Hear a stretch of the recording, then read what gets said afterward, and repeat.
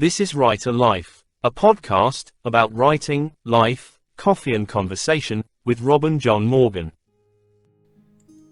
Hello and welcome to another episode of Writer Life. Today I'm going to take a look at the Curio Chronicles series, and I'm going to work on a subject that really has become the backbone of the series, and it's the subject of shame, bullying and victimisation, which you can probably tell by the title of this episode, which is called The Sham of Shame. Now, the Sham of Shame is actually an important line because even though we've only got 3 books out at the moment, and we've got a 4th book in the Curio Chronicles coming out later this year, the Sham of Shame actually will appear. It's an important line of speech in one of the later books. And so I thought it'd be kind of nice to kind of link it all together with this particular episode, where I'm going to look at mainly some of the principal reasons why I decided I was going to write a series of stories based around some of my observations of the real life world through long conversations with a lot of people over many years about some of the things that affected their own private lives and some of the attitudes that they had to sort of overcome in order to just live an ordinary life being who they actually were. One of the delights of writing the Curio Chronicles was that for myself, I finally got to write about something very close to my heart. It's no secret that I worked as a counsellor for many years, and for most of that time there has kind of been a couple of subjects that have been predominantly the theme of all of those people that I spoke to.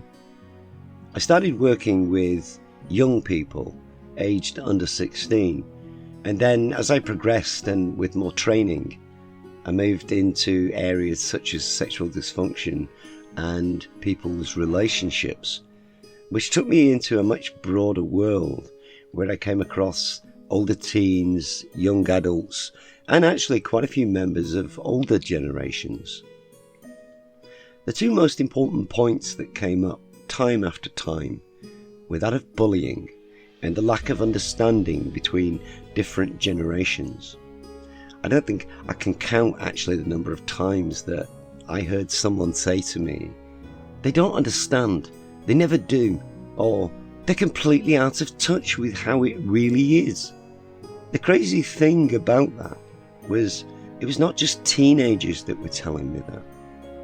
40-year-olds also said that about their neighbours, family or parent. The more people that I listened to, the more I could see how a large number of people were moving away from an attitude of live and let live and acceptance of others. The world appeared to me to be becoming more and more divided, and I noted that there was a lack of understanding which drove a wedge between every generation, actually to the point, I may add, that today I feel that as a race of living beings sharing a planet, we're actually probably more divided than we've ever been before. I'm a writer and I watch the modern world so that I can sort of get inspiration from current events or past history. I use a lot of social media to promote, but I also spend a lot of time on social media just scrolling through the pages. I spend a lot of time on Twitter, and it's amazing when you're scrolling down a page and you see such ridiculous divisions. We've seen so much in the last few years, and it doesn't really matter whether it's race or whether it's sexual identifications, gender, age. There's just so many different ways to divide people now, and people are no longer talking, people are no longer sitting down and having discussions and working out their differences in a kind of calm and rational manner. Everything's become so aggressive, so confrontational, And there are now areas of society where if you disagree with them, well, you're not allowed to have a viewpoint. They just come at you and shout you down, and you can't get a word in edgeways, and you can't even ask them, well, why do you think that? Why can't we talk about it? Why can't we sit down as like rational human beings and sort this out? It's just not possible. Social media seems to have driven this viewpoint that your first reaction should be to go on the defensive and attack, not sit back, listen, learn, and then find a compromise. It appears to me at the moment that with each generation, the divide gets wider and wider, as traditional views now clash with more modern ideals. I mean, in many ways, to a degree, I can understand this. It's always happened. But I feel that the gap is widening as older generations look to the young.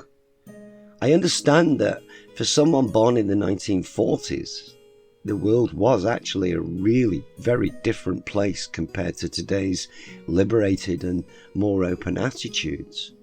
Back then, morality and respect were enforced. Sex was not spoken about. And neither was abuse, especially marital.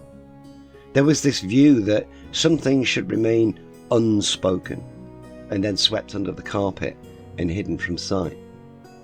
Now, when I compare that to my liberal youth growing up around the culture of bikers, rock music and hippies, those of the older generations appeared at that time to me to be really oppressive and controlling.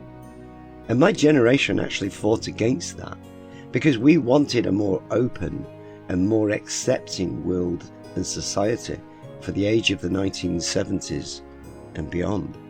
One of the things that really stands out with me in today's world as I look around me is how the subject of sex has become so pervasive, so destructive, so shameful. When you look at countries like the United States of America, which is possibly, one of the most Puritan westernized states, especially when you compare it to the liberal views of the European countries, there really is this like shock factor now. It's kind of unusual, and I find it fascinating because when you actually look at things and you go back through time and you go back through history, if it wasn't for the act of sex, there would have been no reproduction, and we never would have made it from the cave through the dark ages and into our modern landscape. Sex is an act that everybody does. I always said that I've never come across anybody that doesn't think about it, doesn't yearn for it, or doesn't want some form of sexual stimulation. And I think to a degree that's very, very true.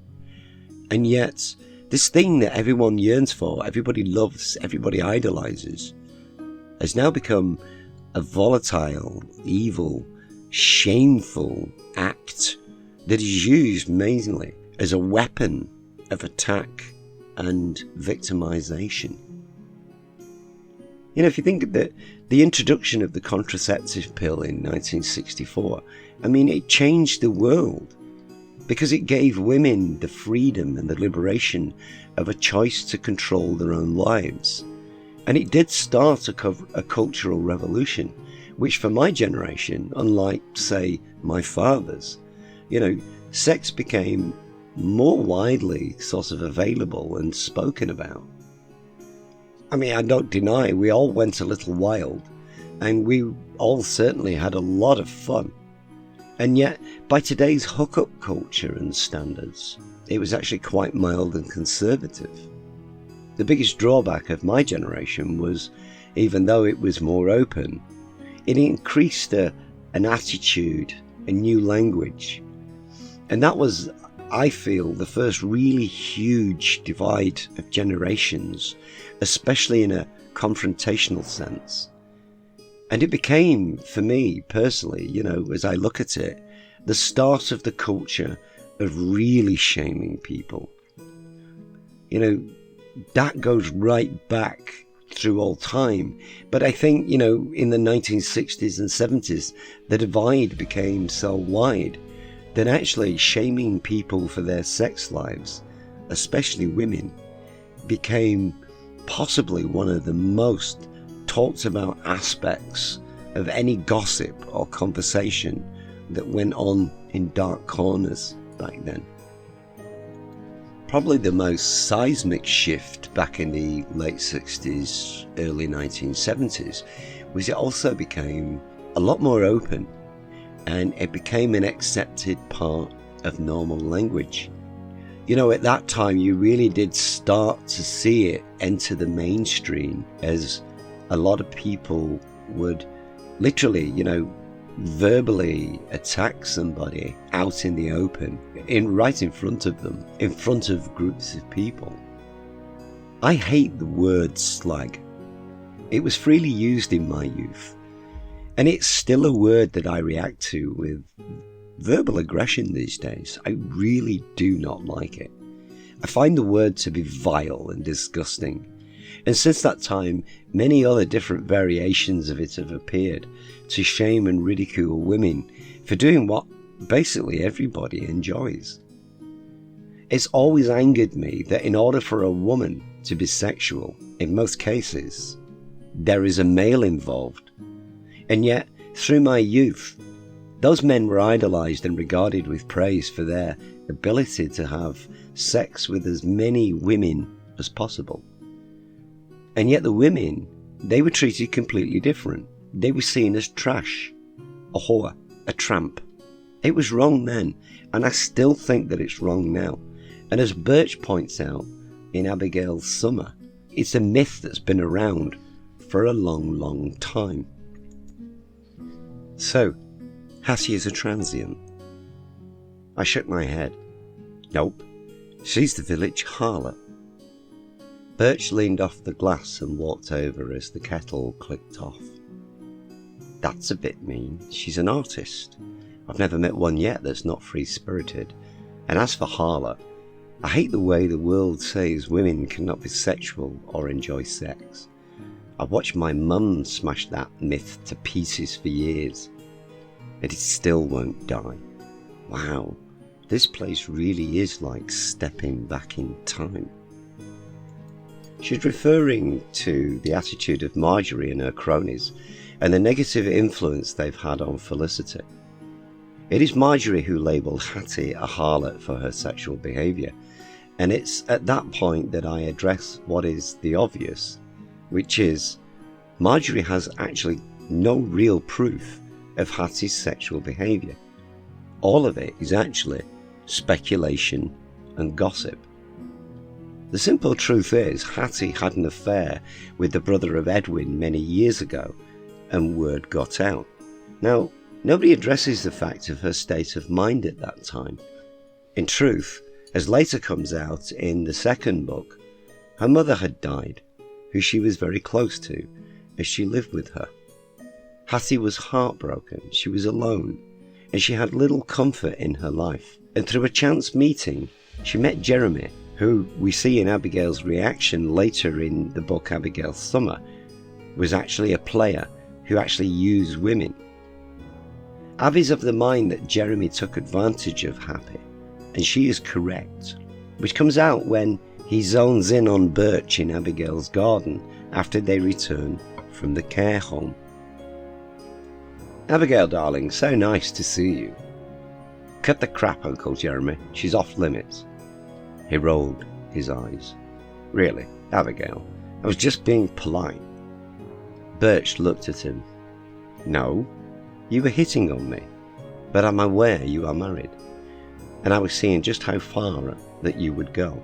I'm sorry, Jeremy, but in this case, your reputation arrived long before you did. He looked offended. I see, I have no secrets here. I agreed. Not in this house. I was there, remember? You know, when you took advantage of Hattie and then used her to piss my dad off and get her banned from here so you could keep sleeping with her behind your wife's back. This is a really, really wonderful example of how the generation divide is growing. Marjorie sits in judgment of Hattie and also attacks Abby and Birch. Marjorie's viewpoint is based on one incident, a mistake, a moment of really bad decision on Hattie's part. And for that, Hattie suffers the price of never being able to forget it or move on with her life after she ends the affair. Hattie's moment to seek comfort in her grief becomes Jeremy's opportunity to bed a good-looking woman. And yet nobody attacks Jeremy. Hattie bears the brunt of all of it, and she's shamed for life. Edwin even defends his brother after church by refusing to accept that his brother was responsible. He completely blames Hattie and bans her from the house. And as they walk away from the church on a Sunday morning and hears Hattie speaking behind them, he becomes angered. And maybe that to a degree that in that moment he maybe feels a little guilt because he knows he's in the wrong, but he cannot go back on that because he stated his case, banned Hattie, and now he has to live with that decision and principle. He glared at her with hate. God, you're irritating. Don't you have a man to bed? Her face was deadpan. No, he's giving his sermon at St. Mark's in Oxendale about now. Even Felicity gasped.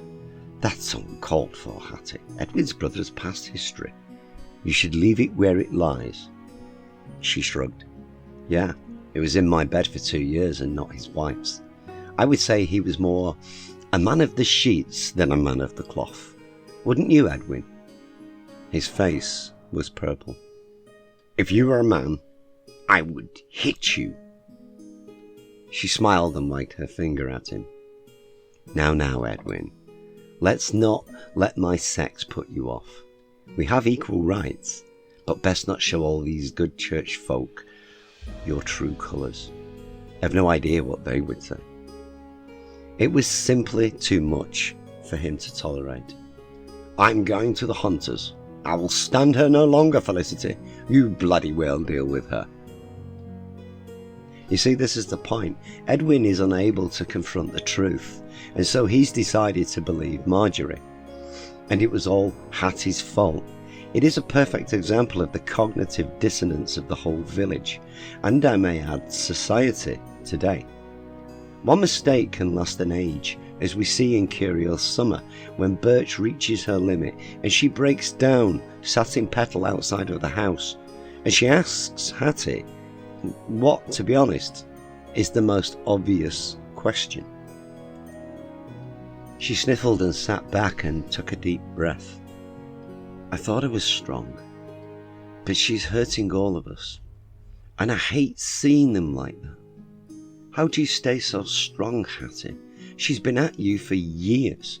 Hattie sat back in the passenger seat and she smiled. I face the bitch. I'm disrespectful, and then I go home, lock the doors, and I have a damn good cry. Birch turned and sniffled. You cry? What? You mean all these years? You've gone home and broke down? She gave a nod. Birch, don't do it on a lane where people can see it and then tell her. Do it alone where no one will see it, and then that way she never knows that she's winning. This is a massively important part of Curio Summer, Book 2 of the Curio Chronicles, because suddenly the reality of all of the shaming that Hattie has had to endure is seen in the cold light of day. Hattie's endured a living hell. Her life has been completely ruined for no other reason than Marjorie has no understanding of the circumstances, and so she attacks and shames and labels her without any consideration of the facts at all. In Marjorie's mind, it is simple. Hattie is at fault. It was all her doing.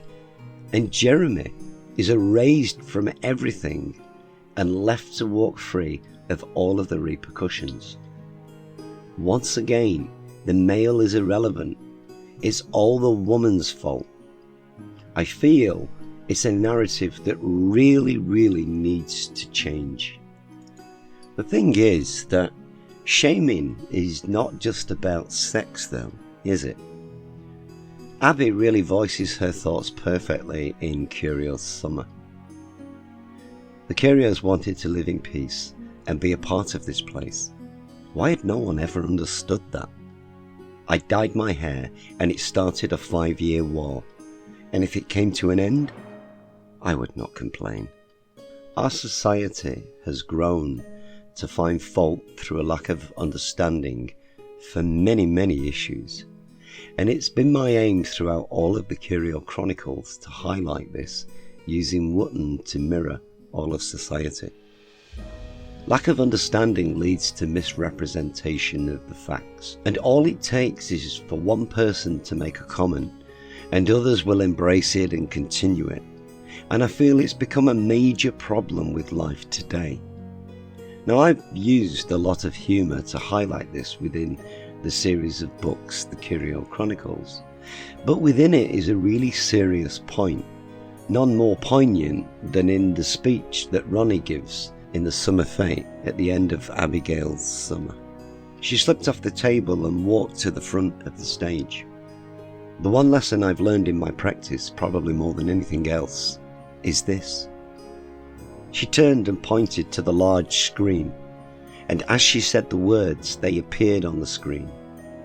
Grown-ups bully 2. I gasped when I saw it. I can actually remember the reaction of my wife when she first read that chapter. It absolutely took her breath away. Because, like Abby and Birch, she had suffered under the scrutiny of adults and she'd been shamed for it. Reading it on the page for her, it was almost as if it was the first time she'd ever encountered someone else who was strong enough to simply state it. It had a profound effect on her, and since then I've actually heard her say it to others in conversation. It fascinates me and feels almost as if finally now she has permission to actually say it. Ronnie goes on to make what is probably the most valid point of the book, and like the experience that my wife had, Abby is completely blown away by it. When we say the word bully, just about everybody thinks of school, but that's just where it starts, and trust me, it's not a thing for young children alone. It's been around for a very long time. I think it's one of the biggest fundamental problems of life today. She stood still for a second and looked around at everybody in the room. I could feel the tension in the air and felt goosebumps on my arms. I mean, holy shit, she was up there in front of all of them and calling them out for their own behaviour. I gave a slight gasp. Oh my God, she is brave. I have to ask the question, is Ronnie brave? Does it need to be said? Actually, I really do think it does, which is why in 2020, when I finally made the decision to stop counselling after 25 years of work, I made the choice to sit down and write something that reflected a large part of my life. And I wrote about everything that I'd learned in my time, sat alone with a person who was a victim of one of the many different forms of bullying and shame. They often say write from a point of view of knowledge. And this is a subject I've studied for a very long time. And as can be seen in the Curio Chronicles, I take two very important aspects of my life, and I hand one of them to Abby, and the other one I give to Birch. In doing so, I have two aspects of myself within the lead characters. I have a writer and I have a therapist, which allows sort of me the insight to create two very lovable characters to enact all of my thoughts and all of my feelings together. I think it's pretty well documented that I prefer to live a very quiet and private life. And although there is actually an element of me in every character that I've written through Heirs to the Kingdom or Rise of the Raven, Counts of Darkness, Hans Cottage, Curio Chronicles, I think the Curio Chronicles holds far more of the person that I actually am than any of the other stories that I've actually written. So okay, remember that these books are the experiences of other people, blended with my own life experiences, and contrary to popular opinion. There are even a few things within these stories that are even a bridge too far for me in my own life. There are issues within these stories that clashed with my own belief system, but as a counsellor I had to struggle to try and gain a full understanding of the situation. I think in many ways I'm actually glad I was able to do it, which again brings me back to my very first point, which is that there is this lack of understanding that drives a lot of shaming in this world, especially around issues of sex and kinks, and how the young have embraced it more probably than any previous generation, even including my own. I really understand victimisation. I understand being shamed by family and by others. I know what it feels like to have deep feelings about an issue and be dismissed as irrelevant and stupid by those that were close to me. And because of it, I had my voice snuffed out and was made to feel like I was a person of no value at all. It's happened to me, and it's also happened to countless others that I've worked with. And, it is soul-destroying, and it eats away at you to the point where you no longer feel of any value at all. And that has been very well documented within the Curio Chronicles, as was seen in Abigail's summer, when she remembers walking down the street behind her father. Children should be seen and not heard. A respectful child is a child worthy of praise. I walked behind him in his shadow. I was his shadow, and unable to step forward and be seen. Walking at the side of Birch, all I wanted to do was be that unseen shadow again, out of sight, hidden from view, and not the centre of the village's attention. I remember the scarecrow in Sutton's wheatfield, stared at and alone.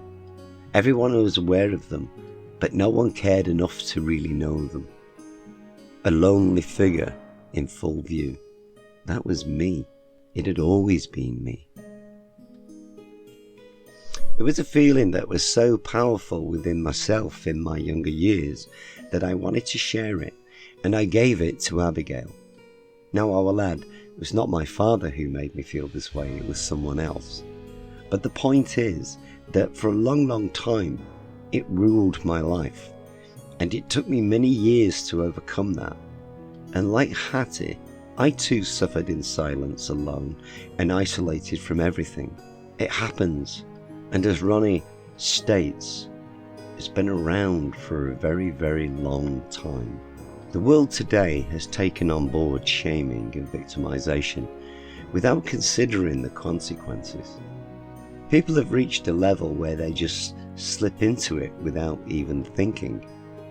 Labelling people they do not agree with is completely and utterly out of control, and it's always derogatory. Curio Summer takes a really wide open look at youth culture today, and when I was writing it, I wanted to accurately show the truth. I made it clear long before it's released it was going to challenge the narrative of many, because I knew there were a few levels I could take this story that would confront the real, startling truth and highlight the generational divides within the reading population. Now, I've not been disappointed, and I've had conversations already where readers express their comments and, they've expressed some disapproval. But that's the point of the book. It's to highlight what our youth really think and feel, and then light it up with a huge spotlight and get exactly the reaction that I have received. In my previous blog posts on the Heirs to the Kingdom blog that I write, Summer with the Curios, within that I asked a question after reading the book, how many will think Marjorie was actually right? The point was that, will you be able to read and understand the youth? Or will you disagree and form a different opinion, which stands in judgment? It really is an important question to ask, because in order to do that, you have to face your own preconceived notions of right and wrong. And from that, you have to form an opinion based on your own moral viewpoint. I've highlighted that to good effect in the sexual content of the book. But if you look carefully, if you can see past the act and listen to the dialogue, for it's there that the truth lies in plain sight. Abby's internal dialogue really does show her voyage of self-discovery and learning. But I have to ask, will it even be noticed? Or will people be too busy complaining about the content? If you can overcome your upbringing related to your own generation and actually work to understand how youth culture is developing today, you'll become a part of the cure instead of the cause. Modern culture is radically different to my 70s generation. And for those born before 1950, well, it's absolutely beyond recognition. All of the rules have completely changed, and traditional values and moralities have swung completely in the opposite direction from 1950s Britain. Let me elaborate with an example that's actually taken from my own life. A few years ago, I took my wife on a date, and I went for a drink in a place that she visited as a much younger woman. It was actually her birthday, and we had a babysitter, but they could not sit for very long. So I arranged to take her out, spend an hour with her, and I invited her sisters to join us for a little celebration with her after I had to leave. Now, during our time there, I had to visit the toilet, and so I headed for the men's room. While I was actually in there, a younger guy came in and he asked me if I'd grown tired of having sex with my wife. Okay, so I'm a trained counsellor. I am very liberal, and I have an amazing relationship with my wife, who, like me, has a very warped sense of humour. Now, I've got to admit, I was a little taken aback because he was just so upfront about it, and he was very, very confident. So I asked the guy, why did he want to know? And his response was, well, if you're bored, mate, I think she's really hot. So I'll give her a good banging for you, and you can go bang someone else. Now, liberal as I may be, that really did throw me a little. But again, I know my wife very well indeed, and so in my kind of warped and twisted way, and quite flippantly, I responded, well, I don't own her. She's a free person. Go and ask her. He smiled. He appeared very pleased with himself, and he went to do exactly that.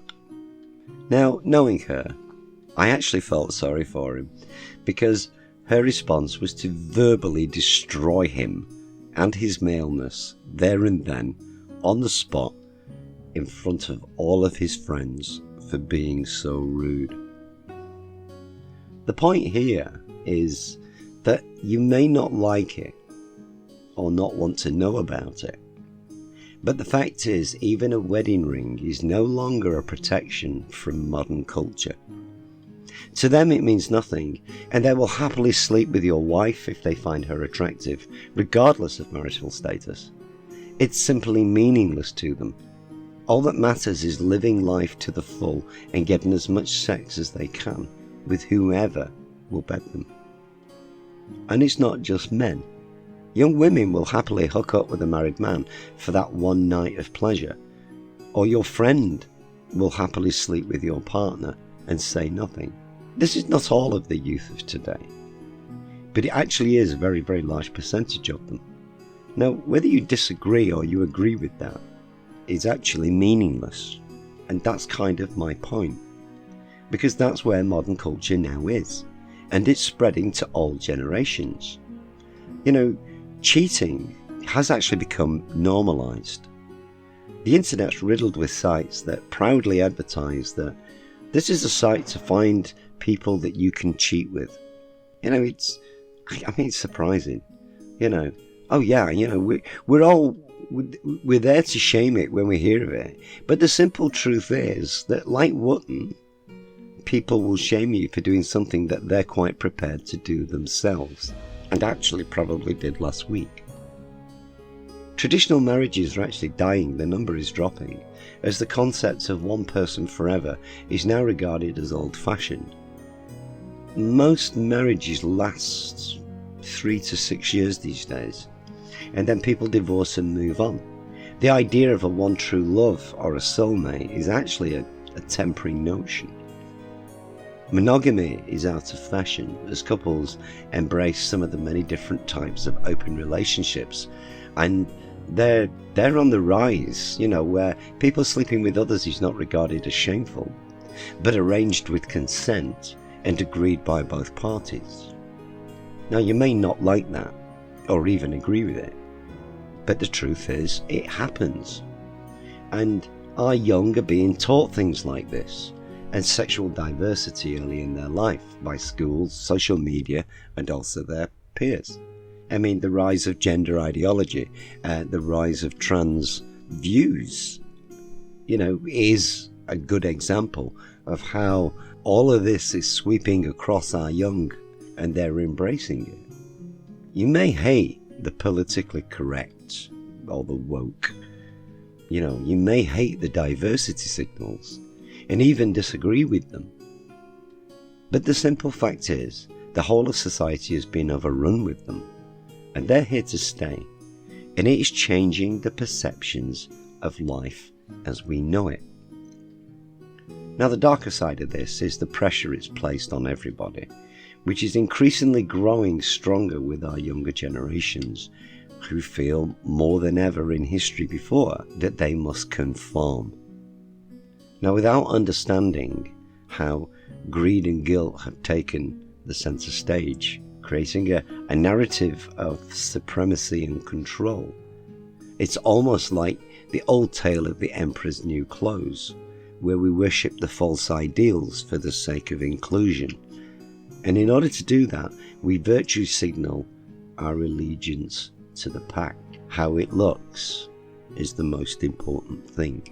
Now, it's a fake front to shame others and keep the focus on them, to deflect it from themselves, and the older generations above 40 really are actually really good experts at it. Nothing is taboo for the young anymore. It really is live in the moment and live life to the full. And we may not agree or like it, but in truth we have to accept that life is now like that, and it's not going away anytime soon. Celebrity culture, social media, and the mainstream media all use the same tools to shame those who disagree with them. And any idea of discourse is now dead. If you disagree, there's a long list of names you will be called. People are no longer open to listening. They simply go on the offensive and brand you with a title that will shame you into walking away and avoiding them and living in fear. The public are watching this play out in their viewing and browsing lives, and they're adopting the very same behaviour that they see on their computers and using it in real life. And I take those examples and I work them into my story. Anthony is shamed for his gayness. Chloe is a tramp because she's prettier than the girls and more popular than they are. Abby is a slut for dyeing her hair black and red. And Birch is a whore because she's trained in sexual subjects. And Edwina and Debs are equally ashamed simply by association. Victimisation and shaming isolate and control them for no other reason than they want to live as they choose, but it defies the narrative of the majority. The Curios are liberated, open-minded, and filled with life, and they can party harder than maybe any of us ever have. But are they wrong? And is Marjorie right? Ask yourself, is a threesome wrong when all parties consent to it and enjoy it? In today's society, there are a lot of people who, as a married couple, are engaging in threesomes for the joy and the excitement that it gives them. Now, we may not agree with that, but that does not mean it does not happen, because it does, and it's far more popular than you think. So does BDSM. You'd be surprised what your neighbours get up to behind closed doors. I've had a peep, and it's eye-opening. But if it is consensual, should it be shamed? We've encouraged and now embraced a sort of fake Puritan conservatism, but we've embraced it as some sort of shield of morality to hide our own sins behind, and it has infected every aspect of life today. Sitting in judgment is far easier than trying to understand someone, and so labelling those who offend you and get everyone else to attack them brings a sense of security. The simple truth is, lost in a pile are our young, who are getting some very wrong signals, and as a result they're living a wilder than expected life. They've got no understanding of the consequences or the long-term implications. It's crazy to think that in this modern judgmental day and age, you can lose your job over a tweet that you wrote when you were drunk 10 years ago, and then you get labelled and shamed for it for the rest of your life. And yet, it's happening and has happened. It amazes me how hypocritical society has become, and no one is immune from the bullies. And yes, adults are far worse than school kids. It matters not what you think or how you dress. Someone somewhere today is going to be offended, and as a result, your clothes, your hair, your lifestyle, your sex life, all of it can be targeted on a whim, and it does destroy lives. All of this has been driven by a media narrative of fake filters, hypocrisy and virtue signalling, all with the aim of setting the trends, drama and misrepresenting and fear-mongering. I highlight this with Marjorie as she jumps to conclusions and her rhetoric of how the Curios will destroy the village and soil its reputation, which actually keeps others afraid of forming an allegiance with them. It's a game of power plays and control, and it is there right in front of you, and all you have to do is sit back and take note. You should try it and see for yourself, and see how people talk in half-truths, and take everything out of context to feel more superior. And then ask yourself, what are they trying to hide? The one point that most people miss is voiced often by Birch throughout the Curio Chronicles books. Because the simple truth is, the youth have understood something that older generations have not yet quite understood. In layman's terms, you're only capable of being you, and how you live your life, it's got nothing to do with anyone else.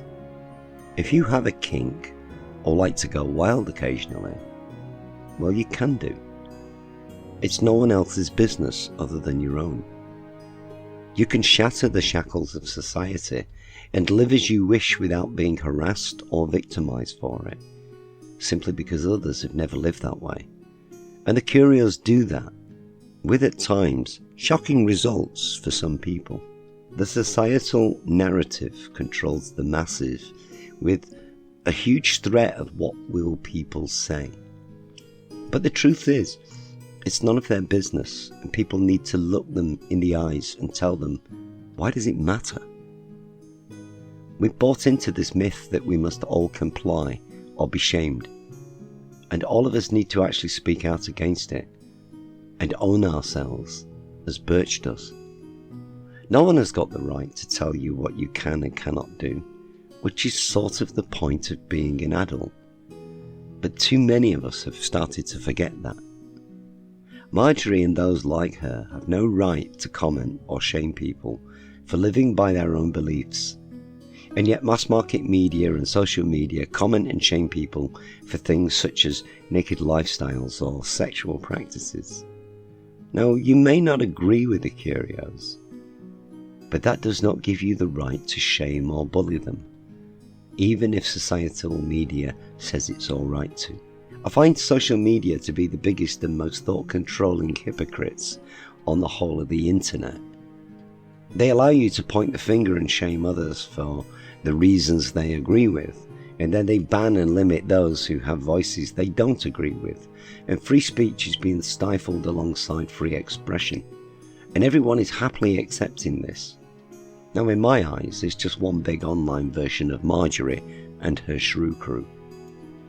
As the series continues, it's my aim to show and highlight outside aspects that work their way into Wotton, and how what started out as gossip in the village will flood out into the wider world and bring other troubles and shaming for Abby and Birch. And we see some of this in Curio's Christmas, the third book. My point is simply the key to all of that is understanding and acceptance, because the world is harder to navigate these days, and knowledge is power, as we saw at the end of Abigail's summer and also in Curio's summer. Knowing the truth is your strength to fight against the injustice. And in this world today, there are very few who stand up for what is right. But when one does, it does get attention, and it draws others to overcome their fears and stand up with them. We cannot simply trust everything that we hear and continue shaming and bullying as we are doing. We have to gain a better insight and understanding, and then with that knowledge, we can all adjust ourselves to work for the better of everybody and understand people have the right to live as they see fit, as long as no one else is harmed. I think, to be honest, out of all the things I've written in the Curio Chronicles, Ronnie states it best, and she states it quite clearly. Be you. Appreciate each other. I think it's good advice. Why don't you try it and see for yourself? Thank you to everyone who's listened in today. I hope you enjoyed this particular podcast. I think it's something a bit different. Bit annoying that I've got builders outside with some very loud power tools today, and some of it's, I'm going to try and filter it out, but some of it is actually coming in and being picked up by the microphone. I'll be back next week with something else of interest. So until then, I will say goodbye and thank you very, very much for listening in today, and I hope that you enjoyed what I put here. Thanks for listening to the Writer Life podcast. If you have enjoyed this episode, or there are areas of Robin's stories you would like him to discuss, please add your thoughts and questions in the comments, and we will include them in a future episode. You can follow Robin on all his social media links, which you will find listed below, and please, like and subscribe to this channel, so you get the latest notifications when he posts. All Robin's books are available in digital and print formats to purchase or download through all online book sales sites.